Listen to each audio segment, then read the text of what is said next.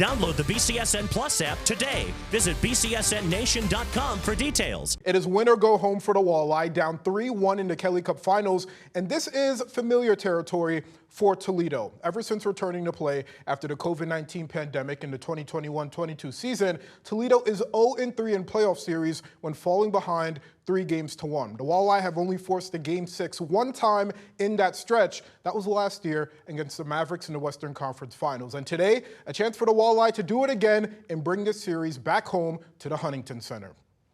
The arena was rocking, and it only got louder in the first period. A little over 8.5 to go. A lot of traffic in front of the net. Jan Bednar gets the save. Nicholas Gay wrapping around the net, sends the puck to Anthony Bukaj, who scores on the one-timer. His 10th goal of the season. Lions lead 1-0.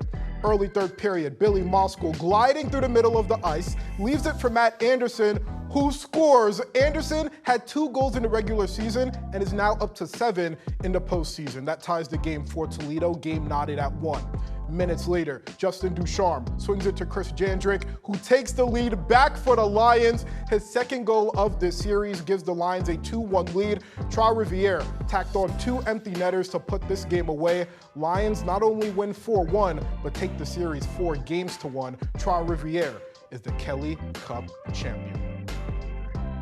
Well, I mean, you saw the raw emotion out there on the ice. It's 90-something games, a lot of days together, and, you know, at the end of the year, only one team gets to have the true celebration, and, you know, I think the next few days we'll be able to reflect back that we're proud of the 2 banners that we did hang, and proud of the way we fought right to the end. Yeah, today's the raw emotion day.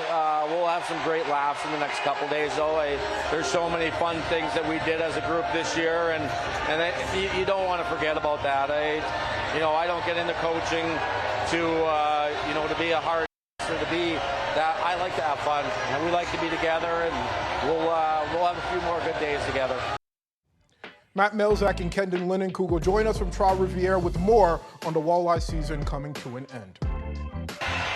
Well, sometimes a series can hinge on one guy. That is where series are won and lost sometimes. It's a great thing about hockey.